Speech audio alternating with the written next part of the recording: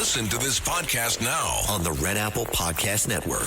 The Leadership Thread with Dr. Peggy Polonis. I'm Dr. Peggy Polonis. Join me on each episode where I unravel the story that shaped leaders, tracing the thread that led them where they are today. Because leadership isn't born in adulthood. And thank you once again for joining us on the Leadership Thread, education, ethics, and sustainability. Download all of Red Apple Media's podcasts right now through your favorite podcast platform. Listen, all you New Yorkers. Excuse me, taxi. Okay, we're looking around. This is the 77 WABC minicast. Well, whenever somebody would ever talk about, well, you know, he's for war, they say he's a neocon. And how many people do you think understand what that even means? What does that mean? Are you for war? No, not necessarily. It's not all about war.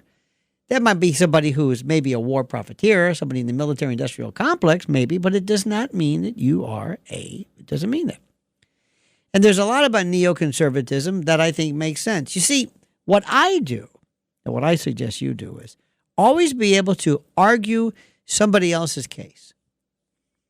Give me something pro, con, and I can argue both because I understand both.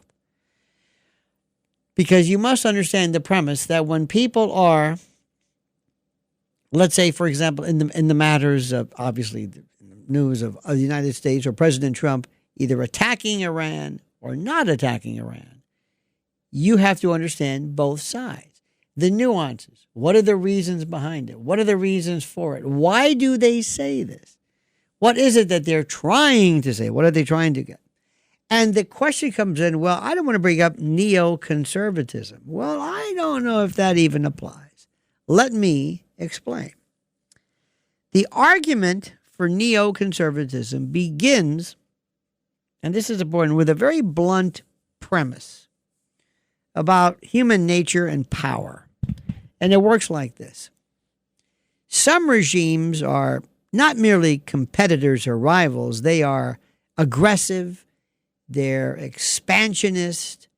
They're openly hostile to liberal democracy. And if you wait for them to moderate or reform or cooperate, that can invite catastrophe. They are so dangerous that you just simply can't wait.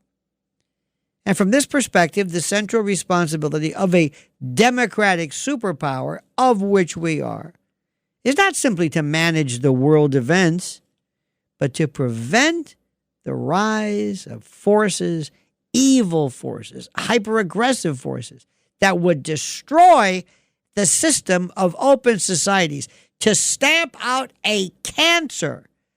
You don't wait for the rules of, well, are they hurting us and are they bothering me? No. Imagine somebody saying, I have nothing to do with any kind of, let's say, involvement with a particular charity. Why? Because I don't have that. I don't have that disease. You see what I'm saying? Well, one intellectual root of this thinking traces back to the father, so to speak, of neoconservatism, Leo Strauss, professor at the University of Chicago, whose writings influenced generations of American policymakers. And what Leo Strauss emphasized was that, in essence, political order rests on moral clarity, and that societies, of which all of us, must recognize genuine evil in the world. And by the way, he warned against this moral relativism, the belief that all cultures and systems are equally legitimate. He said, no, they're not. If tyranny and freedom are treated as morally equivalent, then free societies may lose the will to defend themselves, because if everybody's the same.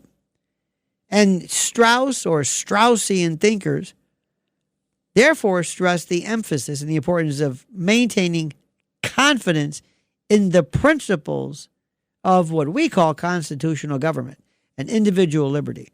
These are lapsed Trotskyites. These are the Podoritzes, the Crystals. These are the fellows who were almost communist at one point, but yet Scoop Jackson Democrats. Remember this one? Their only problem was Vietnam is that we didn't finish the job. And they said, we're going to go to Iraq and we're going to take care of this guy because he's sick and you could say, well, that was a pretext. Oh, no. They're dead serious. It's funny how they don't go after all societies. But in the late 20th century, those ideas helped shape what became known as the neoconservative, kind of like the Bible, the foreign policy, textbook. And one of its formulations, so to speak, appeared in PNAC, the Project for the New American Century. Oh, my God. Go find it online. Read it. It was signed by everybody from Richard Pearl to Dick Cheney to you name it. And the group argued that American power was not merely some, national asset, but it was a stabilizing force for the international system at 30 past the hour. And after the collapse of the Soviet Union, they said that the U.S. possessed unprecedented. Nobody can touch our military, our economic and cultural influence, and PNAC's argument was straightforward. If democratic power retreats, authoritarian forces will fill the vacuum.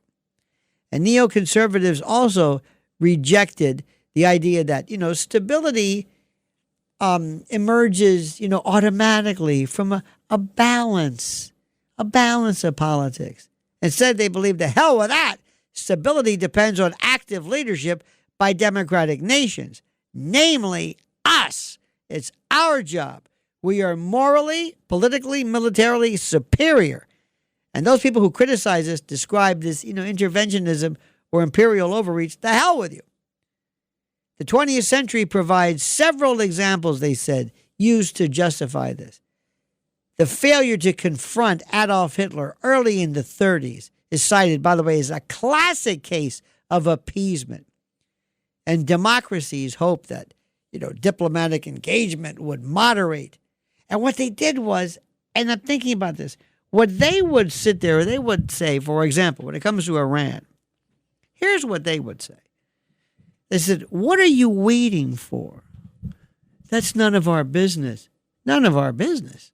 What do you mean it's none of our business? Well, if they want to overthrow the Ayatollah or this theocracy, it's up to them. Excuse me. They don't have the wherewithal to do that. We do. No. Doesn't work like that. We're not going to sit back and wait. What's the matter with you? Well, it's none of our business. What do you mean it's none of our business? Yes, it is. We're not the policemen of the world. Who says we're not? This is neoconservatives. Now, that doesn't mean war. It sounds bellicose, but it doesn't necessarily mean it if you can figure out another way to do it. They also have this very interesting idea that says, look, it comes down to this. There are people in the world who do some pretty terrible things. And sometimes the stuff that they do is never going to, nobody from Iran may ever lay a hand on us. And they may or may not hurt us or get a nuclear weapon, but that's enough. They're vicious and that's the way they think.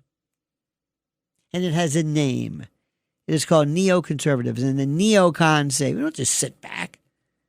Now, you know who was against that? Pat Buchanan. Oh my God. You know who else? Ronald Reagan. Ronald Reagan said, wait a minute. What are you talking about? Why? Because they were paleo-conservatives. William F. Buckley, they said, we don't know what do you mean? Go in there to what? Well, they're conservatives. Big difference. Big difference. And people thought, well, the neoconservatives are gone away. No, they're not. Absolutely not.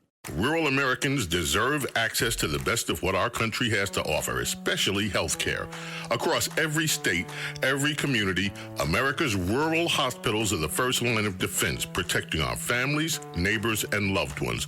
No matter where you live, hospital care doesn't clock out. They're there 24 hours a day, 7 days a week, 365 days a year. Each year, America's over 5,000 hospitals care for millions of patients, providing 24/7 emergency care, delivering babies, cancer treatments, and other life-saving care that patients rely on. Behind every one of those patients are doctors, nurses, and caregivers working tirelessly to keep people healthy and safe. Hospitals are our community's lifelines. They employ our neighbors and keep our families healthy. But now, some in Congress are threatening access to care. Tell Congress, protect patient care to keep America strong. Don't cut rural health care.